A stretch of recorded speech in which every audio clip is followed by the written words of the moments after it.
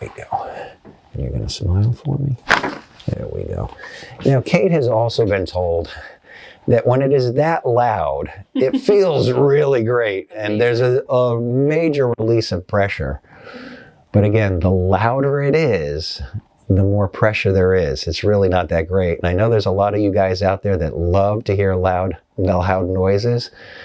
So you're going to be really happy that you heard Kate's neck get adjusted and it was that loud. This side should be much less noisy.